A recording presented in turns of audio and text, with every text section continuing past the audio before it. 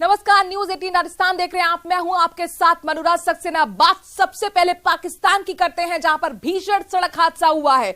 चकवाल में गड्ढे में बस गिर गई। हादसे में 12 लोगों की मौत हो गई है, जबकि 65 लोग घायल हुए हैं।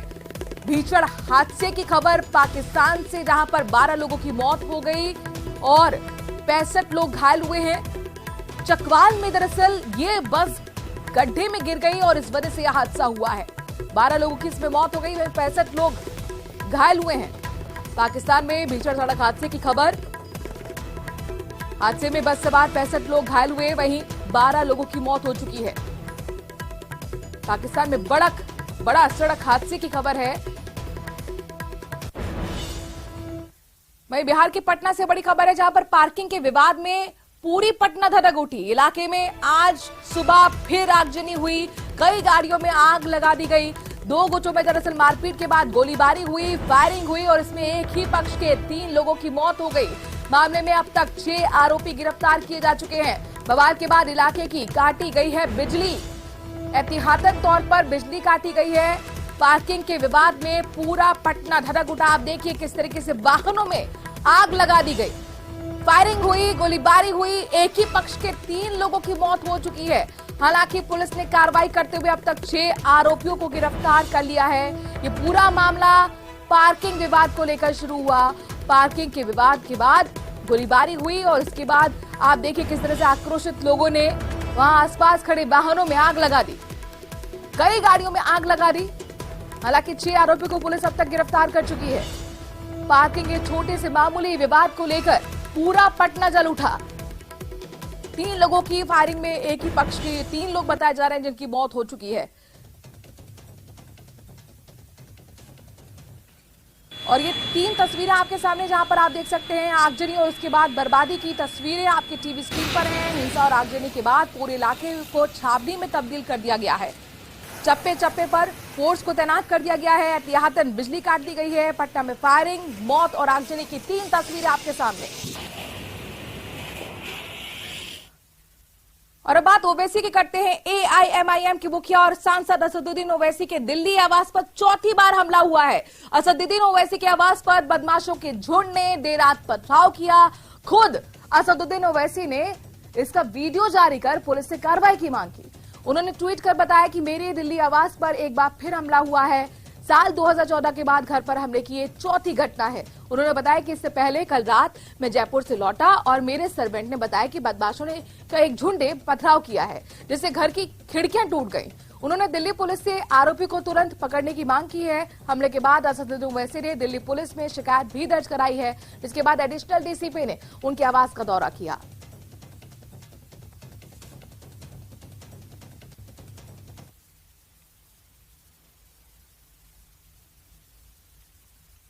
AIM प्रमुख असदुद्दीन ओवैसी के घर पे देर रात ये बताया गया कि कुछ अज्ञात लोगों ने उनके अशोका रोड स्थित आवास पर हमला किया, पत्थर मारा। मैं अपने वीडियो जर्नलिस्ट प्रकाश से कहूंगा कि वो दिखाएं कि किस तरह उनके आवास पे पत्थरबाजी की गई। हालांकि राजस्थान दौरे पे थे ओवैसी और उनके आवास पर देर रात जब वो पहुंचे तो उनके आवास पर उनको जानकारी दी गई कि उनके आवास पर कुछ अज्ञात लोगों ने पत्थरबाजी की है, जिसमें तस्वीरों में आप देख रहे होंगे कि उनके खिड़की का जो शीशा है वो टूट गया है। हालांकि इसके बाद उन्होंने दिल्ली पुलिस से शिकायत की।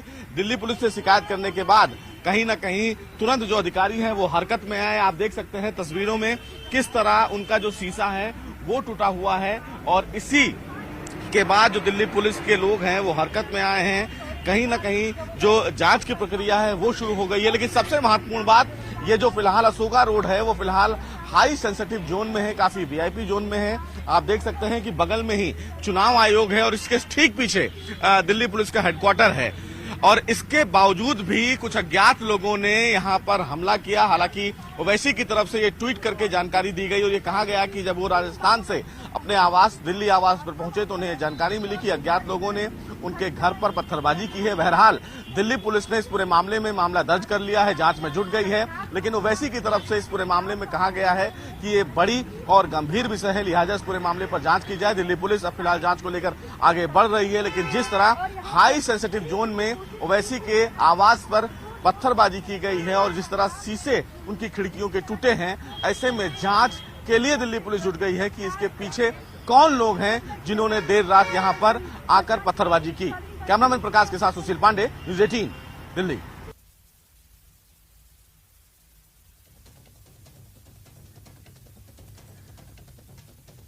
हमले के वक्त राजस्थान दौरे पर थे और जब वो आए तो उन्होंने पूरा ये वीडियो ट्वीट कर जारी किया है। असदुद्दीन ओवैसी के आवास पर एक बार फिर पथराव की खबर है। ओवैसी ने ट्वीट कर इस वीडियो के जरिए जानकारी दी। दिल्ली पुलिस से सख्त एक्शन की मांग ओवैसी ने की है। उनका कहना है कि 2014 के बाद चौथी बार यह हमला है। पथराव किया गया और उसमें घर के जो शीशे थे वो टूट गए।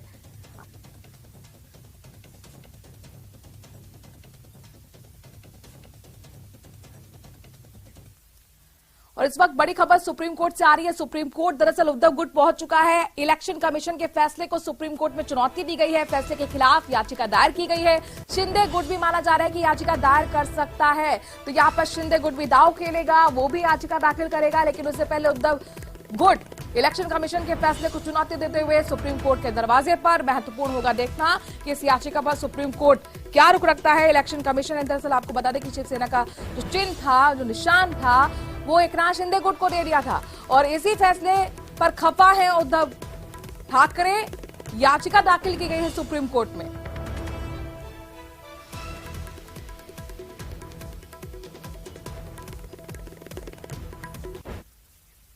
और ईडी के एक्शन से जुड़ी हुई बड़ी खबर आ रही है। कांग्रेस के राष्ट्रीय अधिवेशन से पहले ईडी का छापा पड़ा है।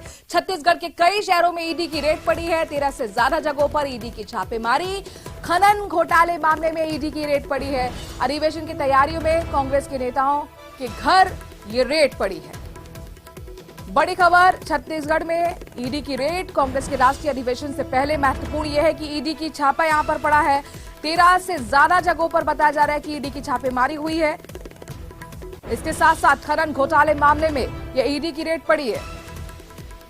हड़कंप मचा हुआ है। अधिवेशन की तैयारियों में दरअसल कांग्रेस के नेता जुटे हुए थे और उनके घर पर रेड की खबर। कांग्रेस के 85वें अधिवेशन जो छत्तीसगढ़ में हो रहा है, उससे भारतीय जनता पार्टी घबराई हुई है। कांग्रेस के अधिवेशन को डिस्टर्ब करने के लिए, जैसा कि आशंका थी, भारतीय जनता पार्टी ने ईडी को आगे कर दिया है। भारतीय जनता पार्टी जब भी राजनीतिक मुकाबला नहीं कर पाती है तो ईडी, सीबीआई जैसी केंद्रीय संस्थाओं का दुरुपयोग करती है। छत्तीसगढ़ में कांग्रेस के अधिवेशन की देश दुनिया पे निगाहें चटी हुई हैं। कांग्रेस के अधिवेशन से भारतीय जनता पार्टी की साख पूरी तरीके से समाप्त होने का भय सता रहा है। इसीलिए भारतीय जनता पार्टी कांग्रेस के नेताओं के यहाँ छापे मरवा के कांग्रेस के अधिवेशन को डिस्टर्ब करना चाहती है। हम डरेंगे नहीं, हम झुकेंगे नहीं। हमारा यह अधिवेशन और ज्यादा शानदार तरीके से संपन्न होगा। हम भारतीय जनता पार्टी के इस आताताई चरित्र का डट कर मुकाबला करेंगे। नरेंद्र मोदी जब जब डरते हैं तब तब ईडी, सीबीआई को आगे करते हैं। और भरतपुर से बहुत बड़ी खबर यह है कि आरोपी श्रीकांत के परिवार के समर्थन में सांसद उतर आई हैं। बीजेपी सांसद रंजीता कोहली ने पुलिस एक्शन पर पत्र लिखा। राष्ट्रीय महिला आयोग और मानव अधिकार आयोग को यह पत्र लिखा गया है। युवकों को जलाने के आरोपी श्रीकांत के परिवार से मारपीट का जिक्र किया गया है। गर्भपात के मामले में पुलिसकर्मियों पर दरअसल हत्या का मामला दर्ज करने की मांग इसमें की गई है। बीजेपी सांसद ने टीम गठित कर पूरे मामले की जांच करने की मांग उठाई है। तो बीजेपी सांसद रंजीता कोहली ने समर्थन दिया है श्रीकांत के परिवार को। श्रीकांत के परिवार के समर्थन में सांसद उतर आई। दरअसल आरोपी है श्रीकांत। युवक को जलाने के आरोपी श्रीकांत के परिवार के साथ मारपीट की बात उन्होंने कही। गर्भपात के मामले में पुलिसकर्मियों पर हत्या का मामला दर्ज करने की उन्होंने मांग की। साथ ही सांसद कह रही हैं कि टीम गठित कीजिए और इस पूरे मामले की जांच कीजिए।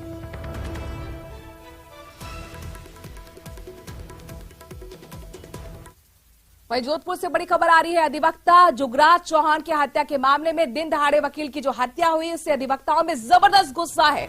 एक दिन के स्वैच्छिक न्याय कामों के बहिष्कार की घोषणा इन एडवोकेट्स ने की है।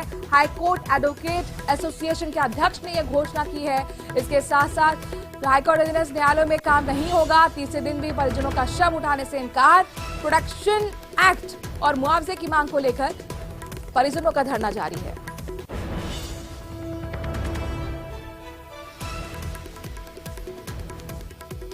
अधिवक्ता जुगराज चौहान की दिन दहाड़े हत्या कर दी गई थी। दो युवकों ने धारदार हमले से हथियार से यहां पर हमला किया था, जिसमें उनकी मौत हो गई थी और इसी को लेकर वकीलों में जबरदस्त गुस्सा है कानून व्यवस्था के खिलाफ और यहां पर उन्होंने 1 दिन के काम के बहिष्कार की घोषणा कर दी है। चलिए इसी के साथ एक छोटे से ब्रेक के लिए यहां पर रुक रहे हैं, जल्द हाजिर होते हैं।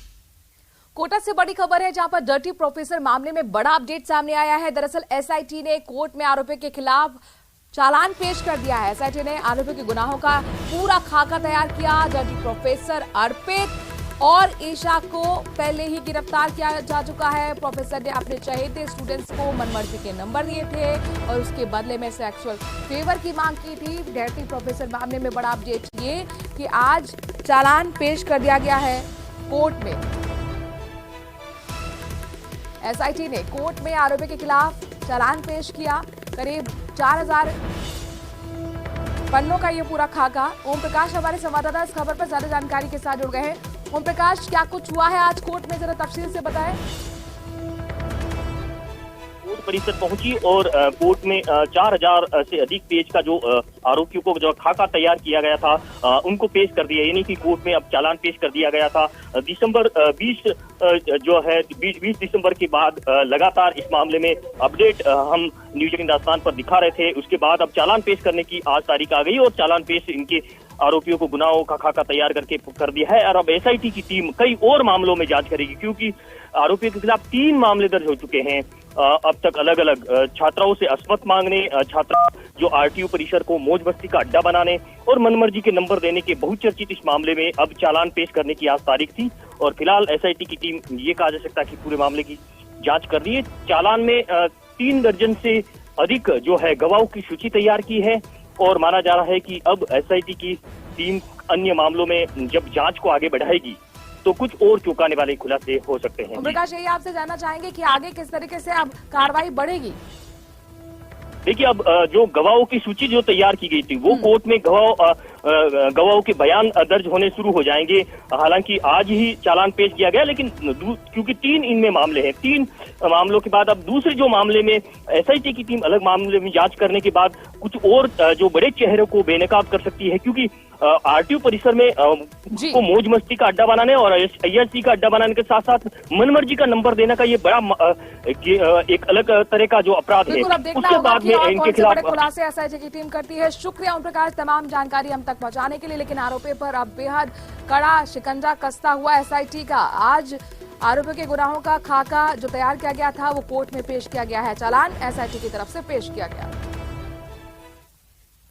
बाड़मेर से सड़क हादसे की खबर है, जहां पर कैंपर ने बाइक सवार 2 युवकों को टक्कर मार दी। टक्कर के बाद क्रेन की चपेट में ये बाइक सवार आ गए और हादसे में एक युवक की मौत हो गई। मौके पर ही ये मौत, वहीं गंभीर रूप से घायल दूसरे युवक को हॉस्पिटल पहुंचाया गया है। घटना की जानकारी पाकर पुलिस भी मौके पर पहुंची है। बाड़मेर से सड़क हादसे की खबर, जहां पर बाइक को टक्कर मारी और वाहन चालक फरार हो गया। घटना की जानकारी पाकर पुलिस पहुंची है। एक व्यक्ति की मौत हो चुकी है, बल्कि दूसरा व्यक्ति घायल हुआ है। दरअसल कैंपर ने बाइक सवार 2 युवकों को टक्कर मार दी थी, जिसमें एक व्यक्ति की मौत और एक गंभीर रूप से घायल।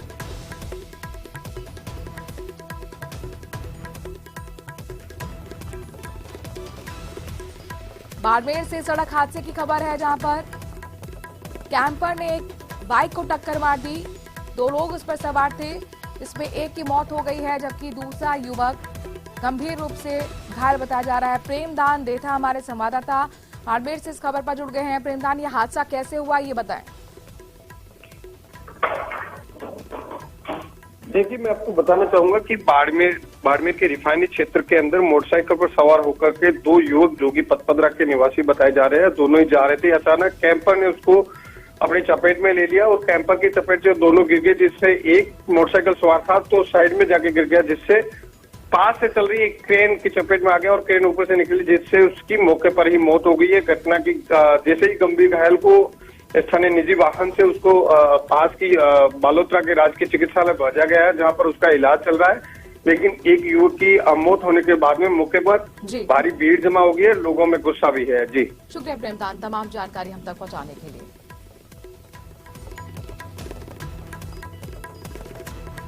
टक्कर के बाद ट्रेन की चपेट में आने से युवक की मौत हो गई, वहीं गंभीर रूप से घायल दूसरे युवक को अस्पताल पहुंचाया गया है, जहां उसका इलाज चल रहा है। एक्सीडेंट की घटना के बाद लोगों में जबरदस्त गुस्सा वहां पर बना हुआ है। कैंपर ने दरअसल बाइक सवार 2 युवकों को टक्कर मारी थी, जिसमें ऑन द स्पॉट एक युवक की मौत हो गई, वहीं दूसरा व्यक्ति जो है वो घायल हुआ है, जिसका इलाज चल रहा है। बात राजधानी जयपुर की, जहां पर आज जगह जगह प्रदर्शन है। आपको तस्वीरों के माध्यम से आज पूरे दिन जो हलचल रहने वाली है वो दिखाते हैं। दरअसल पहली तस्वीर जो है वो जयपुर से है, जहां बजट में मांगे पूरी नहीं होने से कर्मचारी में आक्रोश है, जिसको लेकर सरकारी कार्यालयों में कामकाज आज ठप रहेगा। तो वहीं लंबित मांगों को लेकर पंचायत समिति सदस्यों का प्रदर्शन होगा। 2 प्रमुख मांगों को लेकर शहीद स्मारक पर स्कूल प्रबंधकों का भी आज धरना प्रदर्शन होना है।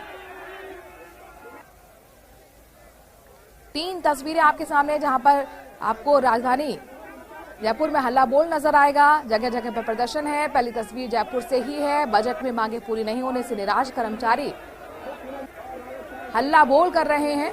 सरकारी कार्यालयों में लिहाजा आज कामकाज ठप रहेगा। आने वाले लोगों के लिए परेशानी हो सकती है, आम लोगों के लिए। वहीं लंबित मांगों को लेकर पंचायत समिति के सदस्य भी आज प्रदर्शन कर रहे हैं। 2 प्रमुख मांगों को लेकर शहीद स्मारक पर स्कूल प्रबंधकों का भी आज प्रदर्शन होना है। दोपहर में बताया जा रहा है ये प्रदर्शन होगा। अपनी मांगों को लेकर आज स्कूल प्रबंधक अपनी बात रखेंगे।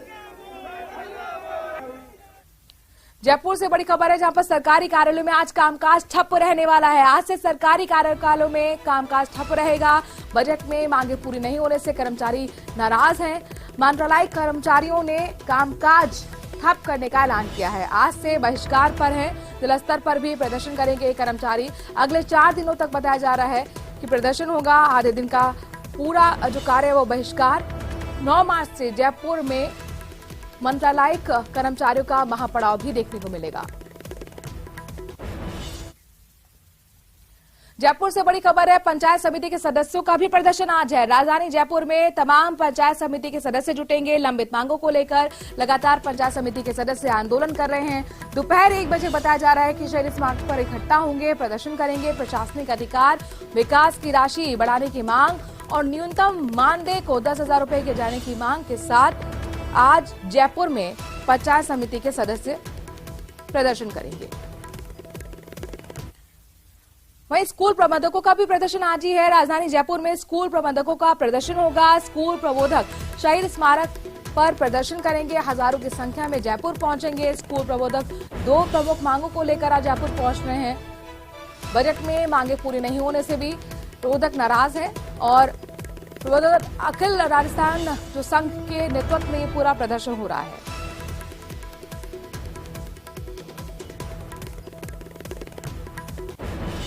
और केंद्रीय वित्त मंत्री निर्मला सीतारमण आज जयपुर दौरे पर हैं। राजस्थान के अफसरों के साथ पोस्ट बजट पर चर्चा कर रही हैं। व्यापारी संगठन के साथ वित्त मंत्री का मंथन जारी है, सुनते हैं उनको। There is no data available as such for people like us to understand how the capex is coming. So, ma'am, are you happy with that? And second question is this, ma'am, that how you are feeling about the interest rate cycles, because we all know that, we are around 6.5 repo rate. We are offering around 8.25 as a saving D rates. So what is the trade-off now? Because every time when we hear the RBI policy, we always think that, it will get, this time it will not go up.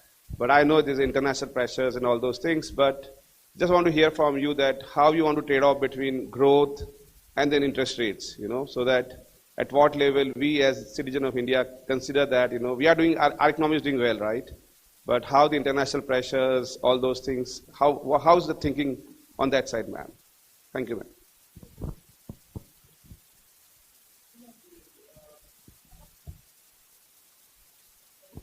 On the private capital, you said that there's not much information, so we really don't know whether it's happening. No, information is available. If you look at the Ministry of Corporate Affairs website, listed companies and their investment plans and the investments actual are all out every year, and in fact by quarter you can even get the information. Okay. And private sector is expanding, it's coming in, but as much as the country, which is like as much as we as a country are even facing global challenges, they as industries are also looking at probably receding demand because of recession in the West, and therefore they are probably finding the best suitable time. So it's not as if it's not happening, it is happening. And also there is this period where all of us are looking at bringing in greater technology, looking at industry 4.0. So there are so many considerations which government and also the private sector are looking at, and therefore on the private sector it's for you, for me, for all of us to keep watching and also facilitating as much as we can. But we've not stopped from acting, watching others. We are also, as you rightly observed, in the last 3 budgets, we're consistently increasing the public spending so that economy gets the necessary impetus. तो व्यापारी संगठन के प्रतिनिधि जो सवाल पूछ रहे थे उनका जवाब वित्त मंत्री निर्मला सीतारमण दे रही हैं। खबरों में आगे बढ़ते हैं। हनुमानगढ़ से बड़ी खबर आ रही है, जहां पर पुलिस की हिरासत से एक चोर भाग निकला। पुलिस की हिरासत से शातिर चोर फरार हो गया। चोर को हरिद्वार लेकर गई थी टाउन पुलिस। पुलिस को चकमा देकर ये शातिर चोर फरार होने में कामयाब रहा। चोरी और नकबजनी की वारदातों में ये चोर जो था वो शामिल रहा है और अब खबर यह है कि पुलिस की हिरासत से चकमा देकर चोर भागने में कामयाब रहा।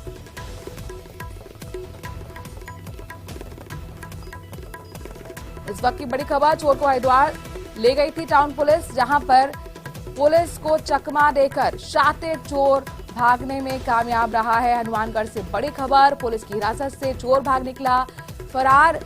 ये शातिर चोर जिसे हरिद्वार से टाउन पुलिस ने गिरफ्तार किया था। राजू हमारे संवाददाता इस खबर पर ज्यादा जानकारी के साथ जुड़ गए। राजू, ये तो पुलिस की किरकिरी हो गई, कैसे हुआ ये सब? जी बिल्कुल, ये जो भीम और भीमड़ा ये एक शातिर चोर है, पहले भी कई मामलों में गिरफ्तार हो चुका है और 11 फरवरी को इसको गिरफ्तार किया था चोरी के मामले में और इसने 12 वारदातें स्वीकार की थी और इसने ये बताया था कि इसने कुछ सामान हरिद्वार में बेचा है। तो इसको लेकर पुलिस इसको हरिद्वार लेकर गई थी और वहां लघु शंका के बहाने से वह फरार हो गया। और बिल्कुल किरकिरी वाली बात यह पुलिस कल से लग रही है, पुलिस को ये मिल नहीं रहा और हरिद्वार में इन्होंने टाउन पुलिस ने मुकदमा भी दर्ज करवाया इसके खिलाफ।